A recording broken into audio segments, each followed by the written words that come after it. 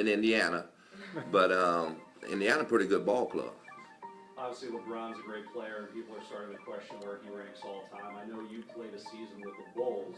I know that was the year that Michael had the broken foot. Just having been around him, what you've seen from LeBron, how do you think those two compare? Well, I don't think there's no comparison. I think Mike had his era and had his time, and we've seen some tremendous things that Mike accomplished and won championships. George Gervin just said what a lot of people have been thinking for years, but nobody dared to say it out loud on live television. The NBA legend did not dance around it or blink for a single second. He looked straight into the camera and challenged LeBron James' legacy in a way nobody expected. He did not call it misunderstood. He called it manufactured, orchestrated, and straight-up fake. In a jaw-dropping interview shaking the basketball world in early 2025, the Iceman dismantled LeBron's image piece by piece. What he revealed is about to turn the entire GOAT conversation upside down. Look at the arguments for Michael. I mean, what this man has done is just incredible. I always say this. Imagine being called king at 15. He turned out incredible, giving back to every community where he played and changing so many lives forever. He is a very special athlete, and I think for now we simply need to appreciate watching him compete at such an incredible level.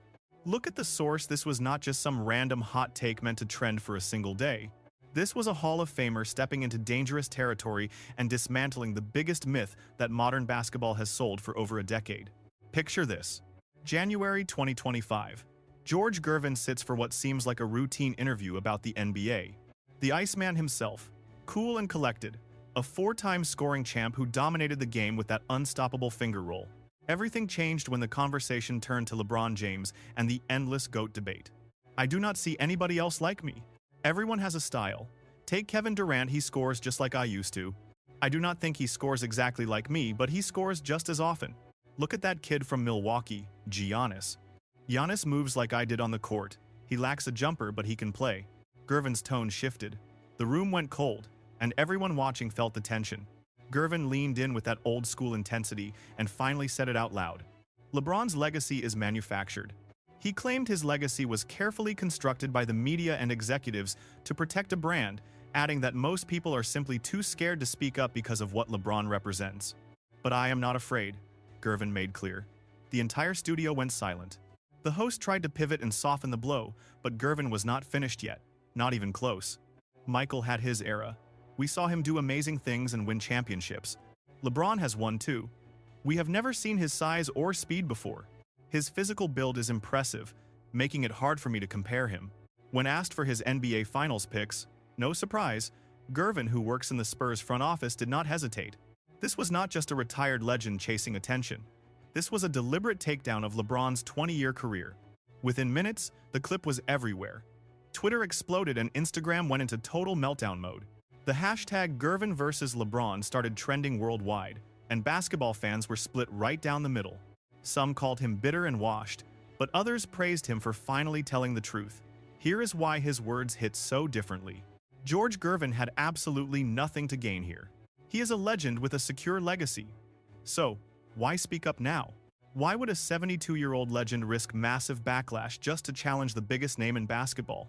The answer was simple. Because sometimes the truth matters more than popularity. Gervin did not waste time easing into it. He went straight for the super team era. LeBron helped normalize. You want to know the difference between greatness and manufactured success? Real legends built where they were first drafted. They made teammates better instead of calling friends to team up and guarantee championship rings. The decision still stings in 2025. 15 years later, it still divides fans and defines how many people view the entirety of LeBron's career. Gervin broke it all down with precision.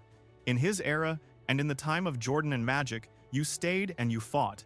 You didn't handpick your co-stars. You didn't rig trades behind the scenes just to stack the deck. Greatness meant winning with what you had. Gervin took it further, dismantling every single championship run LeBron ever made. LeBron's first ring came only after joining Dwayne Wade and Chris Bosh. Titles 2 and 3 happened because Cleveland landed Kyrie Irving and Kevin Love. Then, he moved to the Lakers and swapped the roster for Anthony Davis. See the trend? Gervin said. Every championship has an asterisk in my book because it wasn't built, it was bought. That's why the blow landed so hard. LeBron has never finished on top without another superstar by his side. His whole legacy is built on super teams. Whether fans like it or not, Gervin wasn't letting him off easy. But he went beyond super teams. Gervin actually went after the media for protecting LeBron's image. He argued the press shields LeBron constantly. If he wins, he's a genius. If he loses, the media blames everyone else on the floor. When he forces a trade, it's competitive. When others do it, they are called disloyal. You can't fake greatness, Gervin said. Either you have it in you, or you just do not. He added that no ESPN special or polished PR campaign can rewrite the truth of what happens on the hardwood. Social media exploded. Fans fought back, shouting about his 4 rings, 4 MVPs, and status as the all-time leading scorer. But the Gervin crowd pushed back with equal force. Loyalty, competition, and context, the divide just kept growing. Then came the inevitable moment, the Michael Jordan comparison. The host asked if LeBron was even in Jordan's league, trying to keep the conversation somewhat balanced. Gervin's look said it all. No comparison, he stated flatly, while making it clear he wasn't calling LeBron untalented. He can play, he said. But Michael Jordan was different. A different mentality and a much higher level of accountability, Gervin explained calmly. Jordan never abandoned Chicago to hunt for rings. He stayed, struggled, evolved, and eventually dominated. 6 championships, 6 finals, no shortcuts, and no stacked decks. Suddenly, the GOAT debate was a wildfire.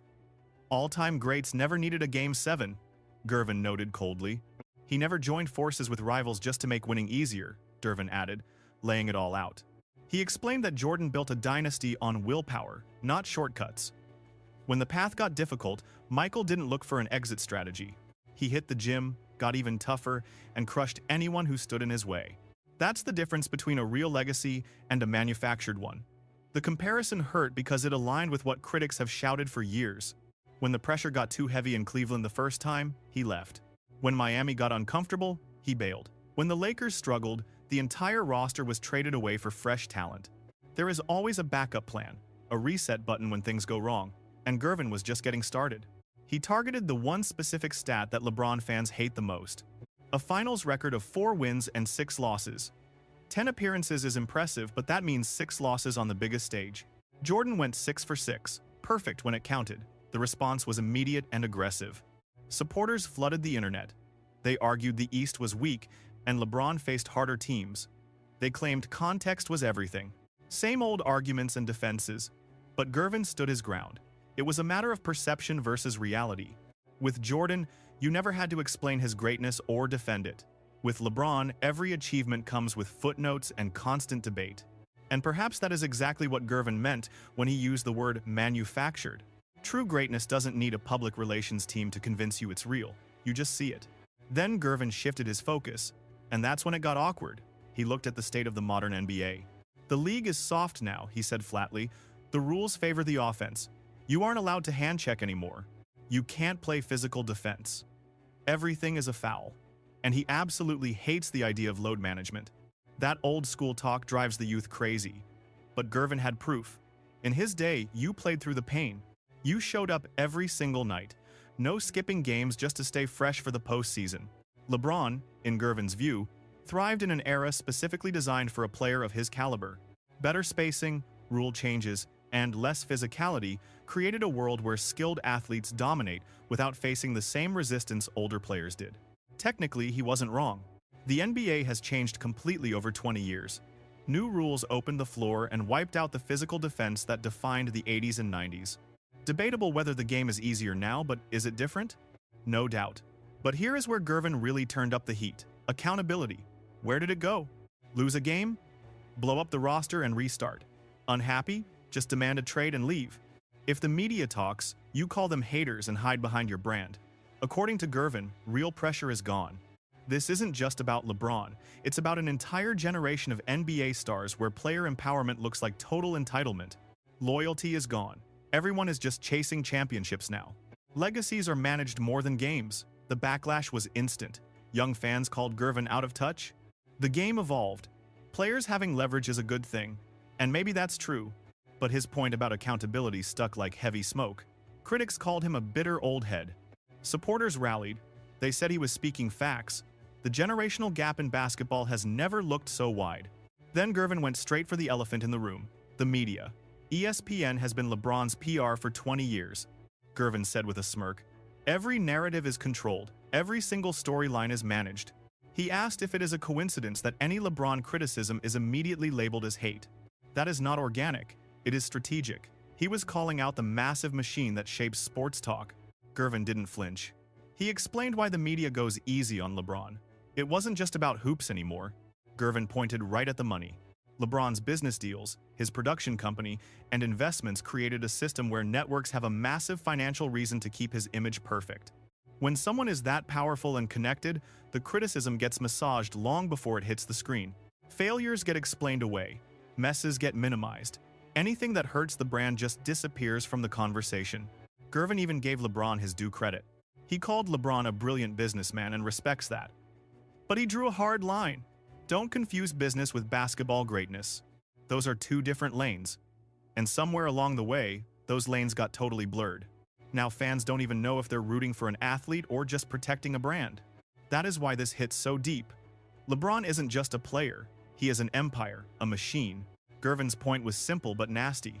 When your legacy is tied to money and PR teams, when every move is calculated for brand impact, how much of what we see is even real anymore? That question just hung there in the air, uncomfortable. Social media started blowing up again. Defenders pushed the usual points: longevity, consistency, and his impact off the court. He is more than a player. He changed the game. He is an icon. They aren't wrong. But Gervin's point stood like a wall. Does a successful brand make you a greater player? The answer should be very easy. But in 2025, saying it out loud feels illegal. The aftermath looked just like today's internet world. Loud and split down the middle. Former players jumped in. Some backed Gervin, others defended LeBron. The generational gap was obvious. Older voices agreed with Gervin, while players from the LeBron era pushed back against him very hard. Once it started, it became a full-on war across every single social media platform. Sports shows ran whole segments. Podcasts turned the debate into a weekly series. Comment sections looked like a fight club. Everyone had a take, and nobody wanted to hear the other side. Under the noise, Gervin's critique exposed something bigger. Legacy in 2025 isn't just about what you do. It is about how you control the story. Media presence, brand management, and crafting your image. LeBron is the ultimate example of this modern approach. He is absolutely elite at it. He built an empire and played the game off the court like a pro. But that brings a new heat that older superstars never really had to deal with. Because when you control the narrative that tightly, when everything is polished, people ask about authenticity. They wonder what is real and what is just curated. That's what Gervin was really poking at. So the real question is, what actually makes a legacy real? Is it rings, MVPs, longevity, or is it something deeper than that? How you got there, the roads you took, the things you avoided, and what you ran straight through. There is no simple answer here, but Gervin's interview forced everyone to face the question head-on, like it or not. Even if LeBron's legacy survives this blow, and it will, his career is too massive to erase, but Gervin's words are going to keep popping back up. Every time that GOAT debate flares up again, someone will bring this up. Once it is said, you cannot unhear it. Do not lock your opinion in just yet, because Gervin did not stop at the business talk. He also spoke on LeBron's actual basketball IQ and skill set. This is where things get interesting, and definitely not what people expect. The interview wrapped with one final point that summed up Gervin's entire argument perfectly. "I'm not saying LeBron is not great," Gervin said. "Greatness and legacy are not the same thing." He made it clear you can be a great player and still have a manufactured legacy. Until people understand that difference, the same circular debates will keep spinning with no real conclusion. Mic drop. The sports world has not stopped buzzing. Some called it disrespectful, others called it overdue honesty. But everyone agreed on one single thing. George Gervin said what millions have been thinking, but were just too afraid to say out loud. In January 2025, the Iceman proved he still has ice in his veins. LeBron's carefully built legacy took a hit. Nobody saw this coming. Now the real question is not whether you agree with Gervin or not. The real question is whether this conversation can even happen without turning into a full-blown war. Judging by the reaction, the answer is no. That is the biggest problem with basketball talk in 2025. Nuance is dead. Everything is tribal now. You are either for LeBron or against him. There is no middle ground and no room for a fair critique. But Gervin did not seem worried about any of that. He said his piece, stood on it, and just walked away. In doing so, he reminded everyone of something that has been missing for a very long time. Sometimes legends earn the right to speak uncomfortable truths, especially when nobody really wants to hear them. Now we are left with the million-dollar question splitting the basketball world in half. Is George Gervin right? Is LeBron's legacy manufactured? Or is this just an old-school legend struggling to accept how the game has changed? Think about everything that we have laid out here. The super team era, the Jordan comparison, the media machine, and that difference between greatness and legacy. Now, you have to ask yourself this. When you think about LeBron James 20 years from now, what stands out most? Is it the championships? The stats, the decision, the team hopping, the brand, probably all of it. And maybe that is exactly Gervin's point. Real legacy does not need defending. It does not need context or a media campaign to explain it. It just exists. But a manufactured legacy needs constant protection, constant explanation, and constant control over the narrative. So, which one does LeBron really have? That is for you to decide. Are you leaning Gervin or leaning LeBron? More importantly, can this conversation even happen without everyone picking a side and going to war? Because if this interview proved anything, it is that basketball talk in 2025 is locked in tribal mode. And until that changes, debates about greatness might always stay louder than they are honest.